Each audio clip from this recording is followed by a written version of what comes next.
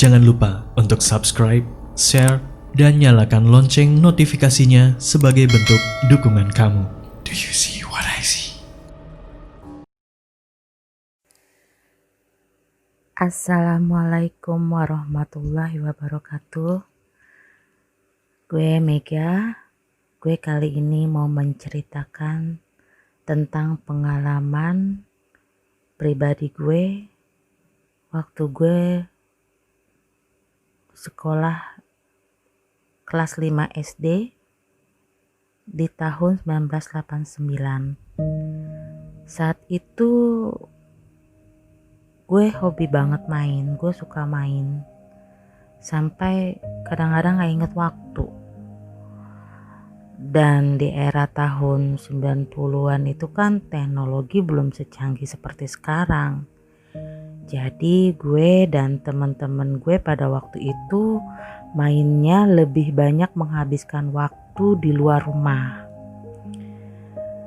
Gue dan teman-teman gue siang itu main di depan rumah teman gue. Agak jauh dari rumah gue tapi masih satu komplek. Jadi lokasi rumah teman gue itu ada di barisan rumah paling belakang di komplek gue. Dan di belakangnya lagi tuh ada sawah. Dan kalau ke belakang itu tuh masih banyak kebun-kebun kosong ya. Singkat cerita, setelah kita lelah bermain, teman gue yang pada saat itu kita main di depan rumahnya itu nawarin kita untuk mampir ke rumahnya. Karena kita kan main di depan rumahnya itu. Dan juga kebetulan rumahnya kosong. Orang tuanya itu sedang pergi. Jadi dia cuman ada ditemenin sama kakeknya. Gue dan temen-temen gue langsung setuju. Dan senang banget bisa main di rumahnya. Soalnya kan adem ya. Gak panas-panasan. Kita main di ruang tamu, ada yang bercanda, ada yang nonton TV, dan main bola bekel. Nah, waktu lagi asiknya main, tiba-tiba kakeknya temen gue itu manggil teman-teman gue ke kamarnya, termasuk gue juga. Tapi pas ketika teman gue yang dipanggil ya mereka gak lama sih, terus langsung keluar lagi. Sampai pada saat gue yang dipanggil, gue langsung nyamperin dong. Karena kan menurut gue beliau kan lebih tua dan kita harus menghormati yang lebih tua. Makanya gue nyamperin. Waktu itu sempet sih ada kepikiran ngapain ya kita dipanggil gitu. Nah, terus gue jalan menuju ke kamarnya. Pas di depan pintu gue bilang, ada apa kek? Kakeknya temen gue tuh cuman bilang, sini duduk deket kakek. Oh ya, posisi kakeknya temen gue itu duduk di pinggiran dipan gitu, di pinggiran kasur. Ya gue nurut. Gue samperin terus gue duduk di sebelahnya. Di kamar waktu itu tuh cuman ada gue sama beliau gitu, dan pintu kamar tuh nggak ketutup sih sebenarnya, cuman terbuka sedikit gitu, terbuka sedikit. Pas gue duduk di sebelahnya beliau tuh ngomong, kakek bisa minta tolong gak buat urutin badan kakek, pegel nih punggung kakek. Ya karena gue sudah menganggap beliau itu seperti kakek gue sendiri. Dan gue setuju, gue oke aja. Maksudnya ya udah gue urutin gitu ya. Mungkin terlintas juga di pikiran gue, oh mungkin teman-teman gue yang tadi sebelumnya dipanggil mereka nggak mau nolongin si kakek. Dalam hati gue, tega amat ya gitu ya. Gue akhirnya kan gue mau tuh urutin. Singkat cerita gue ngurut kan, gue urut. Pas gue lagi ngurutin beliau, tangannya beliau itu nakal gitu, maksudnya nggak bisa diem gitu, terus mulai ngelus-ngelus paha gue gitu, terus sampai ke atas ya, ya gue kan kaget terus refleks tuh gue tepis tuh tangannya, terus gue langsung bilang, kakek kok gitu sih, gue bilang gitu. Terus gue langsung lari pulang gitu, gue nggak pamit sama temen gue sama yang lain, gue langsung lari pulang. Gue kaget, emosi juga, terus shock, ya sedih, semua jadi satu deh perasaannya itu, campur aduk ya. Tapi gue juga nggak berani cerita sama siapa-siapa termasuk orang tua gue. Sejak saat itu gue nggak mau main lagi di depan rumah teman gue itu, apalagi di dalam rumahnya. Ya paling cuman sekedar lewat aja, karena kebetulan beberapa rumah dari rumah temen gue itu ada rumah temen deket gue juga. Ya kebetulan sih gue juga pernah ada pengalaman sih di deket rumah teman gue itu. Next nanti gue akan bikin ceritanya ini lagi.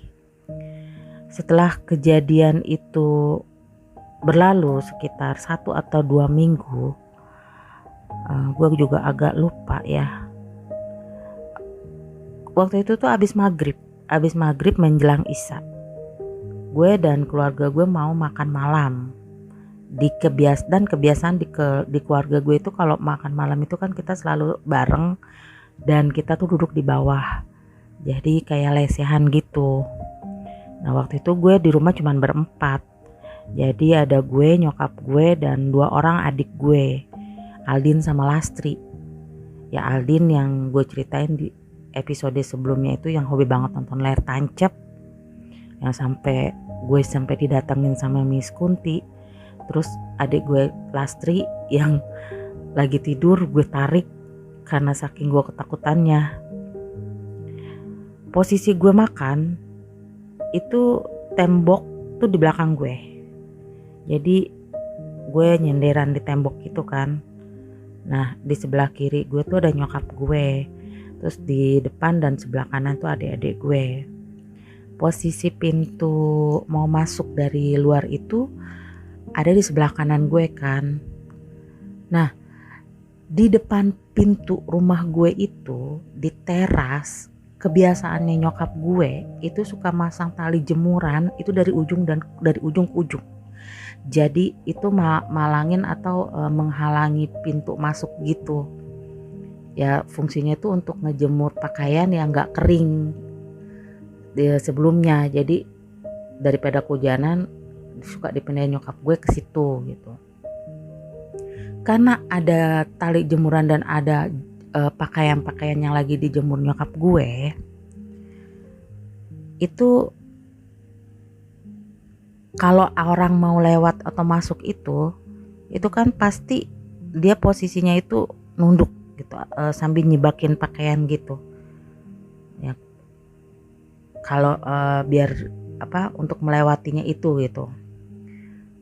Nah lagi asiknya gue makan sambil ngobrol gitu ya, sekilas di ujung mata sebelah kanan itu seperti ada yang lewat dari arah luar mau masuk gitu. Terlihat ke gue tuh kayak bayangan, terus tangannya nyebakin baju gitu ya. Otomatis gue refleks nengok dan memang gue lihat baju itu goyang-goyang, maksudnya agak posisi jatuh gitu, seperti emang bekas ada orang yang lewat gitu. Terus gue nengok ke nyokap gue nengok lagi ke pintu, nyokap gue sama ngelihat juga, posisinya nyokap gue juga ngelihat juga dan ngelihat ke arah pintu. Terus nyokap gue tuh bilang, papa kali baru pulang gitu. Karena kan memang bokap gue tuh kerjanya kan shift-shiftan, jadi kalau dia lagi shift pagi tuh pulangnya tuh pasti sekitar habis maghrib atau isya gitu. Ya dalam hati gue bilang iya mungkin bokap gue kali ya yang pulang, gue bilang gitu. Tapi gue tungguin kok nggak masuk atau nggak gedor-gedor. Oh mungkin lagi buka sepatu gitu, karena kan biasanya kalau mau orang mau masuk buka sepatu itu kan pasti ada jeda beberapa saat sebelum dia itu buka pintu atau ketok-ketok gitu. Tapi gue tungguin, lah mana nggak ada ketokan, nggak ada ciri-ciri tanda-tanda seseorang itu mau masuk ke dalam gitu. Gue bingung dong. Terus gue nengok ke nyokap gue gitu. Nah di situ nyokap gue tuh bilang, ya udah cuekin aja, mungkin ada yang mau mampir, udah lanjut makan lagi gitu kata nyokap gue. Ya gue dengan posisi merinding sekujur tubuh, gue deg-degan, gue lemas,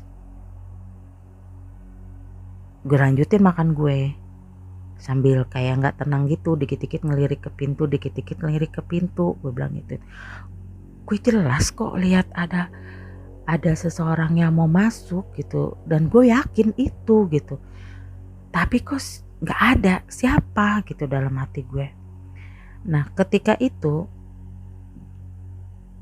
dalam posisi gue tuh merinding, gue sekilas gue denger ada suara ngebisikin gue gitu, ngebisikin gue, dan gue kaget dong, kaget langsung yang bengong.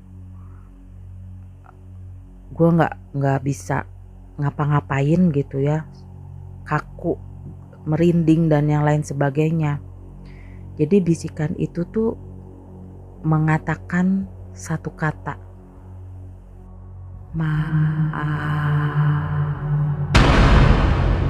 Iya, maaf, dengan suara yang lirih, terbata-bata, dan seperti suaranya itu seperti ada tapi nggak ada gitu. Gue langsung yang kaget, dan ketika suara itu terdengar di gue seperti yang langsung kebawa flashback kejadian waktu di rumahnya teman gue itu.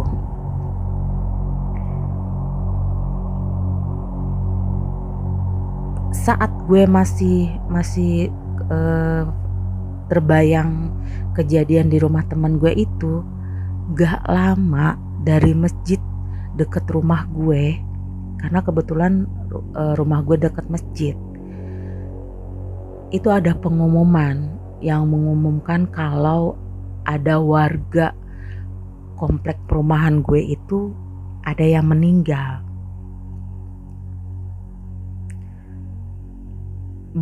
Dan gue juga langsung tersentak kaget juga ketika nama yang disebutkannya itu adalah nama beliau, nama kakeknya temen gue. Gue langsung yang gak mungkin gitu loh, kok bisa bertepatan gitu. Gue langsung yang kok tiba-tiba gue sedih gitu, gue sedih, dan gue dalam hati tuh ngucap juga innalillahi wa inna ilaihi rajiun gitu. Terus gue langsung ngomong sendiri gitu dalam hati, gue bilang, iya kek, Mega udah maafin, kakek yang tenang ya, semoga amal ibadah kakek diterima Allah Subhanahu wa Ta'ala dan diampuni semua dosa-dosanya. Gue langsung otomatis berdoa kayak gitu. Terus gak lama nyokap gue siap-siap mau pergi takjiah ke rumah temen gue itu, nyelawat lah ya. Nyokap gue ngajak gue, tapi gue gak mau ikut karena terus terang gue masih ada rasa takut dan trauma akan kejadian itu. Jadi gue gak mau ikut gitu. Beberapa bulan setelah kepergian almarhum kakeknya, temen gue itu sekeluarga itu pindah rumah. Sampai sekarang gue gak tahu mereka di mana. Ya gue berharap semoga temen gue itu sehat walafiat sampai sekarang gitu ya. Nah, demikian kisah yang pernah gue alami. Semoga cerita ini dapat menghibur. Memang gak terlalu horor, tapi cerita ini punya cukup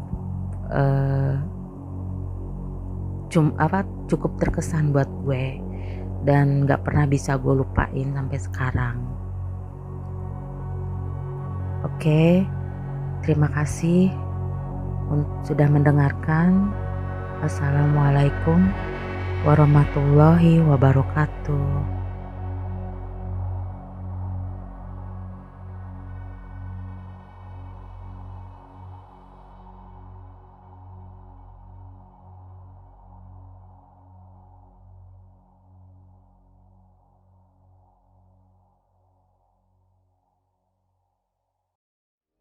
Kamu juga punya pengalaman horor? Kirim cerita kamu ke alamat berikut.